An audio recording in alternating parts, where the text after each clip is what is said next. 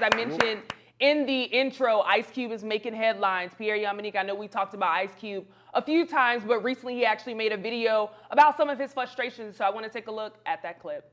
Some of you may not have realized that I'm not part of the club. A lot of you listening to me right here, right now, you're not part of the club either. What club am I talking about? I'm talking about the club of gatekeepers that we all got to deal with. You know who they are, and they definitely know who they are.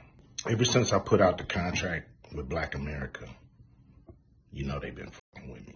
The NBA been fucking with us. A lot of people might say, like, well, but Cube, you want to work with the NBA.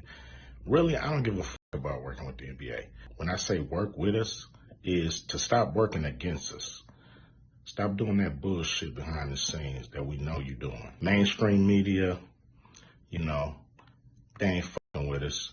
And that's cool. We can do it ourselves. What am I going to do to deal with these motherfucking gatekeepers? What I'm going to do is go on a Fuck the Gatekeepers podcast tour. The important thing is, you know, for me to go on these platforms, say what I feel about what I think. Some people may get pissed off because I'm going to talk to everybody. I'm not playing. It's going to be a crazy summer. It's going to be fun. Now, as mentioned, we've talked about Ice Cube before. Pierre, let me bring you in. What's your reaction to Ice Cube's clip? First of all, I'm a huge Ice Cube fan. He's done so much for the culture. The Fridays, his music. He's just him. Just you know, what he brought all the movies and situations. He discovered a lot of comedians, put him on platforms. So I thank him for that. Shout out for that for him. I could feel his pain in that. Yeah. He's put a, you know, he's very passionate about things he do. Even, you know, some of his early albums, you heard some of the stuff he said. You know, after police, you know, we know where he's from. So he's a passionate person, and he's always trying to fight for the, you know, for black people and just brown people, just people against the system. And again, the system now is trying to bring him down. But you know, he should know, but that's what they do. Right. Okay, especially if you're a young black man trying to promote something that might disturb theirs or take some money from them. I remember one time Arsenio Hall, his second time around. I know he's a producer that worked for him. Remember he had a second time around show? Yeah. Well, a lot of guests were told, if you do his show, you can't do Jimmy Fallon. Wow. You can't do the other show. What was it? Jimmy Kimmel. The other show was Conan O'Brien. If you do that, now you can imagine, you know, now they have way more viewers. Absolutely. They say they have 5 million per night, and Arsenio has 1 million. When you're an artist trying to get something out, and they tell you that on the slide, like, we can't have you doing too many shows over there. And so a lot of times that's why he had lesser known people on his show, Arsenio's second time around, because they had, you know, behind the scenes, they do that, you know, they find a way to get rid of you. And, you know, he's trying to fight. So if the big three is in your city, please go out and support it. You know what I'm saying? You know, because we got to show that our money is important, and we can and we're supporting ourselves, and we can override situations like that. And I promise you, if we do that, the NBA will start coming and want to do business with him. Absolutely, because if enough people say like, oh well, I'm going to go anyway, Sure. like if they would have went to Arsenio Hall anyway, that would have been a big stance. Yep. Let me bring you in, Yamanika. After seeing the clip, what's your reaction to it?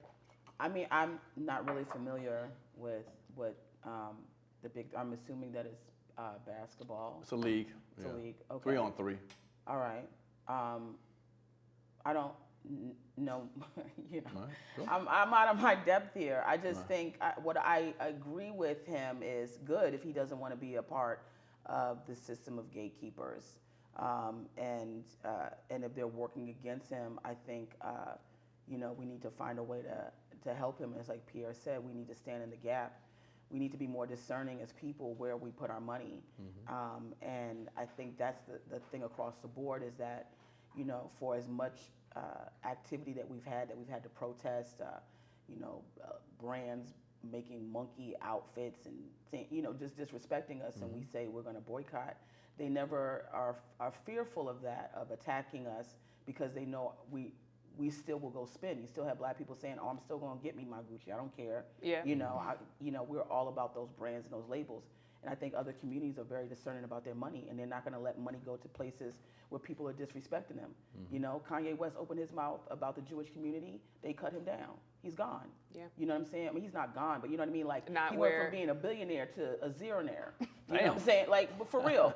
So they wasn't playing around. I'm not here to say whether it was right or wrong. What I'm saying is they made their stance. Now, let me bring in Angela, because Angela, I know you've worked directly with Ice Cube and have that relationship. So one, I guess I'll ask, have you spoken to Ice Cube recently? And also, do you feel that Ice Cube is being blackballed? First of all, I echo what Pierre and Yamanique's thoughts are. He's contributed so much to the culture, and not just to our culture. He's contributed to global culture, not just American culture, global culture. So if I put myself in his shoes, he's not braggadocious. He doesn't, but he's strong. And if I made those contributions and continue to fall short from mainstream media, then he has every right to speak up and say, hey, hold up, wait a minute. I think it lends itself to what has been said for now 40 years. One of the worst things to happen to the Black culture and to Black sports is when the Negro League was disbanded. Disbanding the Negro League took our power from us.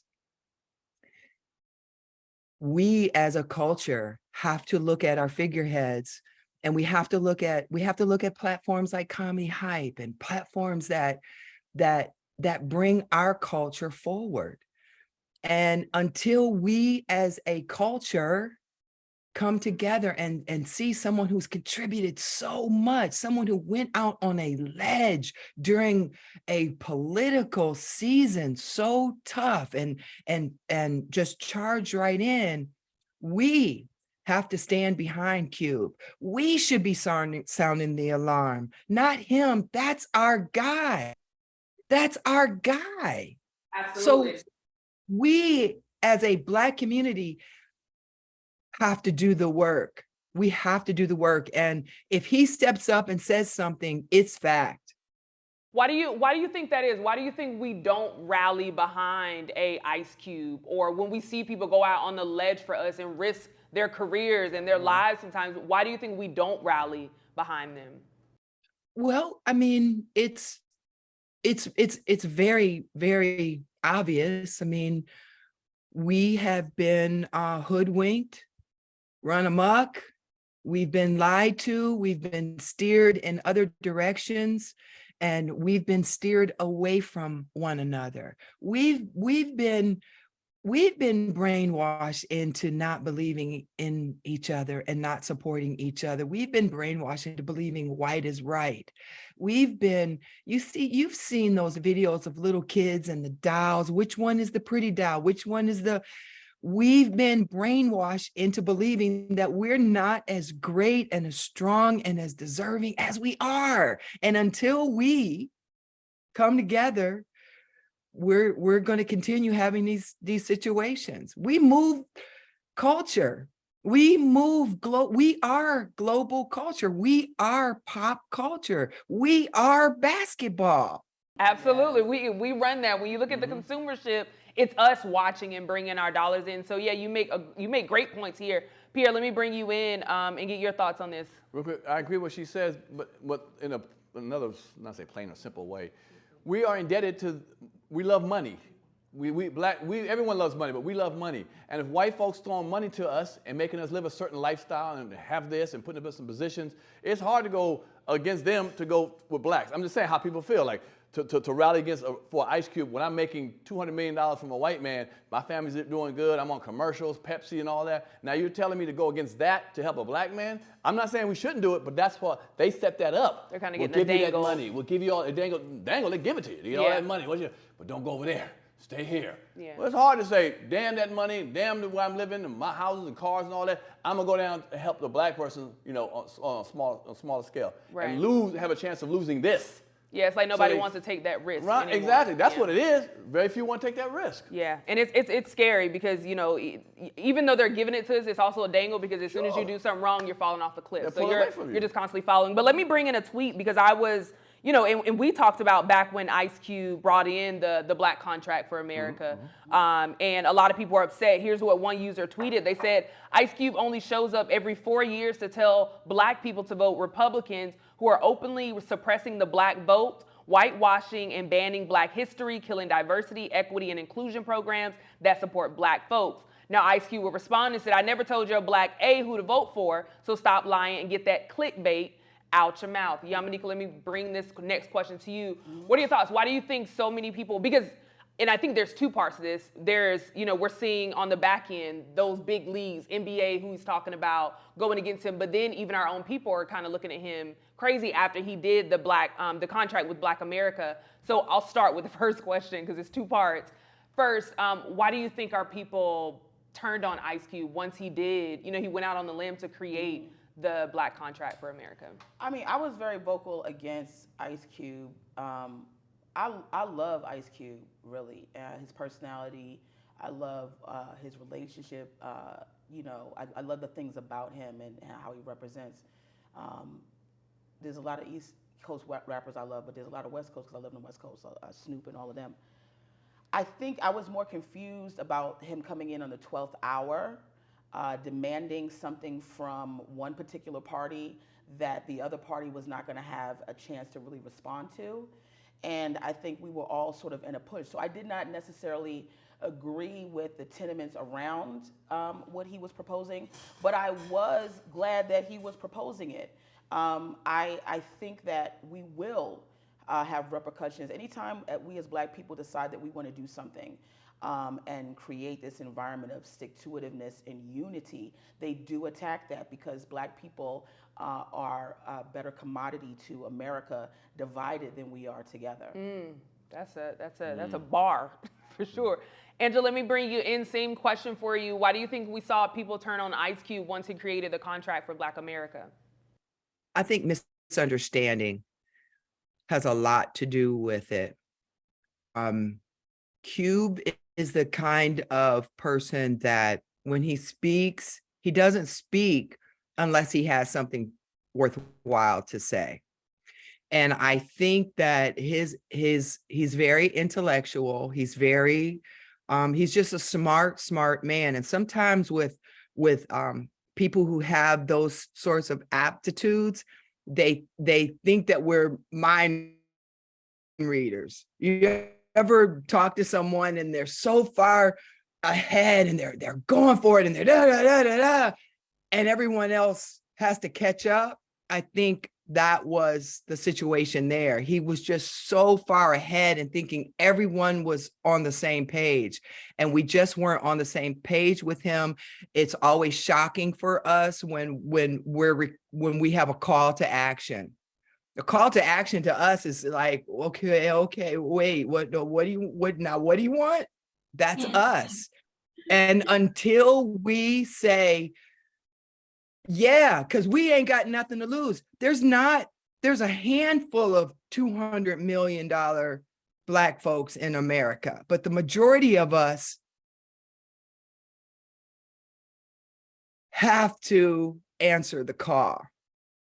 And whether it's clicking, whether it's saying, go Cube, the rest of us have to answer the call. And then those $200 million folks, we have to make them answer the call. Yeah. So, and it's lack of education, it's lack of insight. And until we have that insight, until the mindset is there, people like Cube will always have, pushback. Absolutely. Pierre, let me bring you in to get your thoughts on this. I'll add a layer too. Is it possible to stand up for Black people without getting this type of backlash? Right. Well, let me tell you something that people aren't going to like to hear, but it's the truth. We're hearing about this from the media. Right. And most media now is social media. So we get all the news from all the information, it's social media. The people who are on social media mostly are under 30. I guarantee you 70% of people who are on social media are under 30 years old. The rest of them is up. So who's getting mad at Ice Cube? The younger kids. They're putting this, he's irrelevant to them. I asked a question recently on my page and saying, I grew up in the 70s and 80s. Tell me what's different now about with this generation than was mine. Some were They talk. They bust in the parents' room. They talk to them while they're on. The parent can be on the telephone. Kids just start talking to them. They talk back. Well, that's what the younger kids. This is what that's happening. So these kids now, I've seen them disrespect elders. That I was like, young boy, why are you talking to this man? Is a preacher or whatever it could be. I don't give a who you. It's such a different thing. So with Ice Cube out here, when he does his thing, he's going to be. Some people aren't connected because he hasn't. I'm not saying, but he hasn't done relevant, really relevant movies or TV show in a long time. Right. If this was 1996. It'd be a whole different thing. Yeah. But it's a different generation now. They don't, I ain't voting that, you know. Not everybody before y'all cry, like, I'm 35, I still love Ice Cube. Oh, I'm 28, I still love Ice Cube. Majority of the people on the age. So we're hearing from them. But anybody grown, 30 plus over, they rocking with Ice Cube on that. Guarantee you majority of them are messing with him. But that's not the biggest part of social media. Yeah. So you're gonna hear all that. From you get what I'm saying? No, I think that people, because he was sort of like a Bill Cosby-esque, right? He had those Are We There Yet series in his sitcom. I think a lot of the young kids grew up seeing him as a father figure. The police guy too? Well, I don't think they knew that. Okay, well that's really who he is. Are we there yet? And the way in which he, was an example for the youth, I think. Right, but that's a minute compared to what his career is. He's a fighter. He's a fighter for black people. Are we there yet? Wasn't necessary. Just trying to show maybe a black life like more differently. Fun. Yeah. But we know who Ice Cube is. He's a fighter. Yeah. And these kids now, I don't think they're connected to him the same way, so they're not gonna like some of the stuff he says. Regardless, I do hope that people get behind Ice Cube in this Big Three league. Again, I think Pierre made a great point. If it's in your city, definitely show up. And sometimes we do have to take that risk. It's not gonna feel good walking away from something that feels like, oh, this is bigger, this is better. We have to stand in for our people just the same way Yamanika said these other coaches will do.